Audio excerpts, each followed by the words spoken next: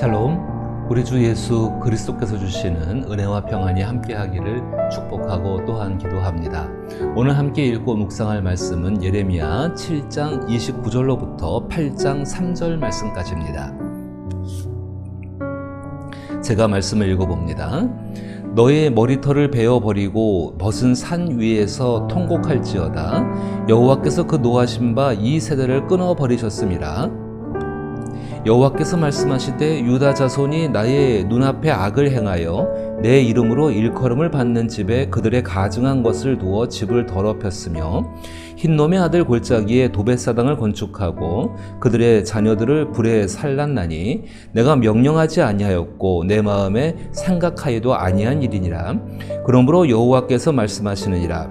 날이 이르면 이곳을 도벳이라 하거나 흰놈의 아들의 골짜기라 말하지 아니하고 죽음의 골짜기라 말하리니 이는 도벳의 자리가 없을 만큼 매장했기 때문이니라. 이 백성의 시체가 공중의 새와 땅의 짐승의 밥이 될 것이나 그것을 쫓을 자가 없을 것이라. 그때에 내가 유다 성읍들과 예루살렘 거리에 기뻐하는 소리, 즐거워하는 소리, 신랑의 소리, 신부의 소리가 끊어지게 하리니 땅이 황폐하리라. 여호와의 말씀이니라. 그때의 사람들이 유다 왕들의 뼈와 그의 지도자들의 뼈와 제사장들의 뼈와 선지자들의 뼈와 예루살렘 주민의 뼈들을 그 무덤에서 끌어내어 그들이 사랑하며 섬기며 뒤따르며 구하며 경배하던 해와 달과 하늘의 묵별 아래에서 펼쳐지게 하리니 그 뼈가 거두이거나 묻히지 못하여 지면에서 분토 같을 것이며 이 악한 민족에 남아있는 자 물은 내게 쫓겨나서 각처에 남아있는 자들이 사는 것보다 죽는 것을 원하리라. 만군의 여호와의 말씀이니라. 아멘. 오늘 이 장면은 굉장히 끔찍한 저주스러운 장면입니다. 심지어는 8장 3절 말씀 끝부분을 보게 되면은 쫓겨난 사람들이 사는 것보다 죽는 것을 더 원하는 그런 상황이 될 거라 말씀하십니다. 주 예수께서도 세상의 마지막 심판의 날 가운데 우리에게 경고하시기를 그때가 되게 되면은 오히려 살아있기를 원하는 것보다 죽는 것을 원하는 것이 더 나을 거라고 이야기하신 적이 있었죠. 오늘 이 말씀은 굉장히 우리가 깊이 있게 생각해 보아야 합니다. 단순히 하나님이 우리를 무섭게 하기 위해서 이 말을 하시는 것이 아니라 정말 유다 사회, 그 예루살렘 백성들, 그 백성들의 모습, 진실이 사라진 그 사회, 보편타당한 가치들이 사라지고 공정성이 사라져버린 그 사회가 결국은 이렇게 될 수밖에 없다는 것을, 그 가운데 유일한 희망은 하나님이신데 그 하나님마저 버려버렸기 때문에 결국은 그들 스스로 이 결과를 자초한 것이란 것을 말씀을 하고 있다는 것입니다. 특별히 29절에 너희 머리털을 베어버리고 벗은 산 위에서 통곡할지어다. 그렇게 통곡해야 되고 털을 베어버려야 되는 수치를 스스로 뒤집어 써야 되는 이유가 무엇인지를 구체적으로 말씀하고 있는 것입니다. 이 당시에 하나님께서 30절과 31절에서 벌어지고 있는 하나는 하나님의 이름으로 일컫는 예루살렘 성과 성전이죠. 또 한 가지는 흰놈의 아들의 골짜기, 도벳사당, 거기 이 두 군데를 모두 다 하나님께서 쓰레기통으로 보고 계시다는 것입니다. 아무것도 할 수 없는 쓰레기통, 버려져서 폐기 처분해야지만이 되는 그 쓰레기로만 가득 찬 곳으로서 하나님께서 지금 말씀을 해주고 계시다는 것입니다. 우리로 하여금 경각심을 갖게 하는 것입니다. 겉에 외향적으로 어떤 모습이 번지르르하고 겉모습이 중요한 것이 아니라 그 안에 있는 모습, 주 예수께서도 회칠한 무덤 이야기를 하시면서 정말로 그 당시에 썩어져 있는, 종교적으로 그리고 영적으로 심각하게 부패해 있는 그런 사람들을 바라보시면서 회칠한 무덤 같다. 겉은 번지르르하지만 안에서는 썩은 내가 나고 있는 그 모습을 분명히 예수께서도 우리에게 말씀을 해주셨습니다. 그러하다면 우리도 우리의 삶 가운데에서 혹여라도 이런 모습이 있지는 않는가. 보편타당한 가치, 정말 상식적인 것, 하나님과의 일반적인 관계 속에서 나의 삶을 바꿔가지 못하는 어떤 부분들, 그래서 썩어져서 냄새가 나고 있는 부분이 있다고 한다면 하나님께 도움을 구하며 그것을 바꿔나가야 한다는 것입니다. 32절 말씀 가운데에서 제가 다시 한번 읽어보면은 그러므로 여호와께서 말씀하시니라 날이 이르면 이곳을 도벳이라 하거나 흰놈의 아들의 골짜기라 말하지 아니하고 죽음의 골짜기라 말하리니 이는 도벳에 자리가 없을 만큼 매장했기 때문이라 라고 말씀하십니다. 하나님께서 정말 그렇게 말도 안 되는 일들, 도저히 하나님의 인격으로서는 상상도 하실 수 없는 일들을 사람들이 저지른 바로 그 땅이죠. 그 땅을 하나님께서 죽음의 골짜기라고 말씀하십니다. 이 도벳의 산당이 있는 흰놈의 골짜기에서 자기의 자녀 혹은 어린아이들을 인신공양하면서 사람들의 모습이 어땠을까요?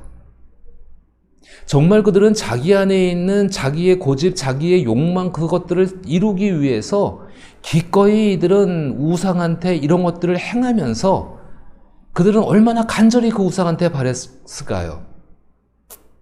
그리고 그런 모습을 가지고 다시금 예루살렘 성전에 들어와 또 하나님께 예배하고 있는 모습. 이런 일들이 반복되면 그 사회는요, 하나님께서 손을 대지 않으셔도 이 사회는 붕괴될 수밖에 없습니다. 도덕적인 기강이 무너지게 되고 보편타당한 가치들이 다 사라져버리게 되어지고 그저 자기의 고집대로 자기가 하고 싶은 것을 막 해가는 사회가 말세의 사회가 되어집니다. 유다 사람들은 자기네 나라들만이 최고인 줄 알죠. 그렇지 않습니다. 심지어 하나님께서는 이방 그 족속인 바벨론을 택하셔서 하나님의 뜻을 이루시는 분이십니다. 근데 유다 족속은 자기들만이 최고인 줄 알고 마치 우물한 개구리처럼 그렇게 행동을 하고 있는 것입니다. 사회가 무너져가는 징조들을 하나님이 보이십니다. 날이 이르면 때가 이르면 그때는 어느 날 갑자기 이런 것도 있겠지만은 사실은 이미 이렇게 되어져 가고 있습니다. 얼마나 흰놈의 골짜기 도벳사당에서 아이를 잃어버린 부모 그 찢어지는 가슴을 가지고 울고 있는 통곡의 소리가 넘쳐나는 것이 그 사회였을 텐데 아니면 그보다 더 못한 사람은 아예 사람 취급을 못 받고 있던 그런 사회였겠죠. 하나님께서 말씀하십니다.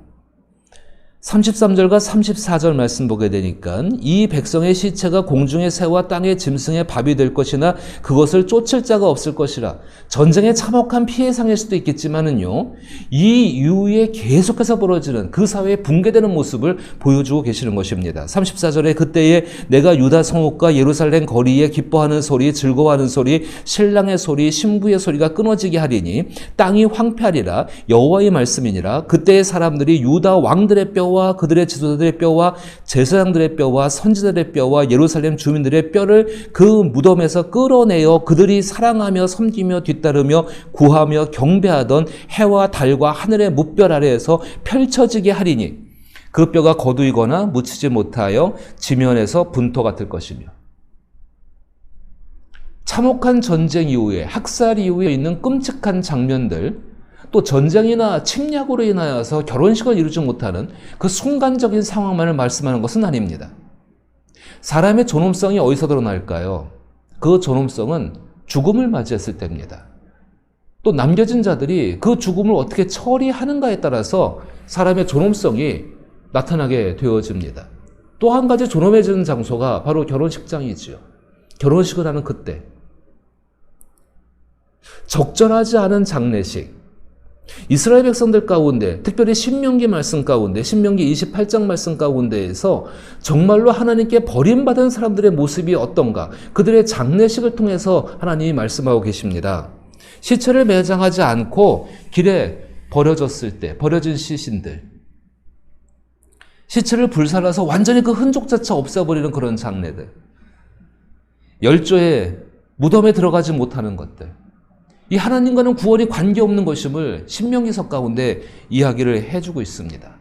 더욱이 신명기 28장 말씀 가운데에서 이런 장례와 온전하지 못한 결혼식이 끊어져 버리는 것, 어느 날 갑자기 이런 일들이 일어나는 것이 아니지요. 이미 누적되고 쌓이고 쌓여서 이런 결과들이 만들어집니다. 그 만들어지는 일 중에서 대표적인 것이 어떤 것인가? 다시 8장으로 돌아와서 왕들과 지도자들과 선지자들과 예루살렘 주민들, 모든 사람들입니다. 이 모든 사람들이 하나님을 섬기는 것이 아니라 자기들이 원하는 것을 그냥 하고 싶었던 것을 했던 것 뿐입니다. 그들이 사랑하며 섬기며 뒤따르며 구하며 경배하던, 그 결과로 인하여서 살아남은 자마저도 3절 말씀에 이 악한 민족에 남아있는 자, 물론 내게 쫓겨나서 각처에 남아있는 자들이 사는 것보다 죽는 것을 원하리라. 어떤 마음의 상태, 그 마음의 상태가 심각하게 망가져버리는, 정말로 절망 가운데 사로잡혀버리는 그런 모습이 되어지게 됩니다. 참 주의해야 합니다. 다른 사람은 생각하지 않는 것이 보편적인 가치들, 그리고 하나님 말씀 가운데 살아가는 일반적인 모습들을 무너뜨리는 가장 먼저 방법이지요. 나 자신의 목적과 나 자신의 어떤 것들만을 위해서 일하고 행동하고 누군가를 희생시켜서라도 나 자신의 것을 이루기를 원한다면 우리는 회개해야 합니다. 특별히 그들이 사랑하며 섬기며 뒤따르며 구하며 경배하던 이 말씀 우리는 주의 깊게 살펴보아야 합니다. 전부 구체적인 행동 아니겠습니까? 사랑하며 섬기며 뒤따르며 구하며 경배하며. 하나님만을 섬기고 따르며 뒤따르며 경배하며 그에게 구할 수 있다면 이건 너무나 행복하고 복된 일이죠. 그런데 그 사람 모습 가운데서 그렇게 하지 못하는 사람을 향한 정죄나 비판이 있다고 한다면 또 그 사람 속에서 그렇게 하는 예배의 행위와 그가 살아가는 삶의 실제의 모습이 마음 깊은 곳부터 차이가 있다고 한다면 이거는 문제가 있는 것입니다. 하나님께서 이 마지막 때 가운데 우리에게 원하시는 것이 무엇인가? 하나님께서 디모데후서 3장 말씀 가운데에서 말세의 특징을 이야기하시면서 돈을 사랑하게 되어지고 자기의 욕망을 사랑하는 것이죠. 그리고 무정하거나 그 마음을 풀지 않고 바꾸지 않으려는 거 한 가지 하고, 그리고 하나님을 경건을 자기 유익의 도구로 삼는다라고 우리 가운데 말씀해 주고 계십니다. 예레미야가 이 말을 들었을 때에, 그리고 이 백성들의 실상을 보았을 때에 과연 그 마음이 어땠을까요? 오직 그가 할 수 있는 것은 슬퍼하고 통곡하고 울며 이제 이 백성들에게 이 현실을 보라라고 말하는 것 외에는 할 수가 없었을 것입니다. 그것은 우리도 마찬가지입니다. 우리 가운데 돌아오지 못하는 사람들이 있습니다. 그 보편타장하지 않는 사회 가운데에서 더욱 소외되고 끔찍히 아파하는 사람들이 있습니다. 그 가운데 우리는 먼저 우리 자신들이 오직 하나님을 향해서 사랑하며 섬기며 뒤따르며 구하며 그리고 경배하는 삶을 살아가야 합니다. 그것은 외적인 모습뿐만 아니라 내면적인 모습까지도 그렇게 만들어가야 합니다. 그리고 누군가가 그 하나님께로 돌아오기 위해서 그 길을 열어놓는 일들을 우리 가운데 해야 합니다. 하나님께서 진실이 사라진 그 사회 가운데 임할 모습들을 보여주십니다. 우리가 살아가는 삶의 현장에서 이제 진실을 넘어 진리 대신 그리스도 예수와 함께 이 실존적인 모습을 보여줄 수 있기를 나사렛 예수 이름으로 축복합니다.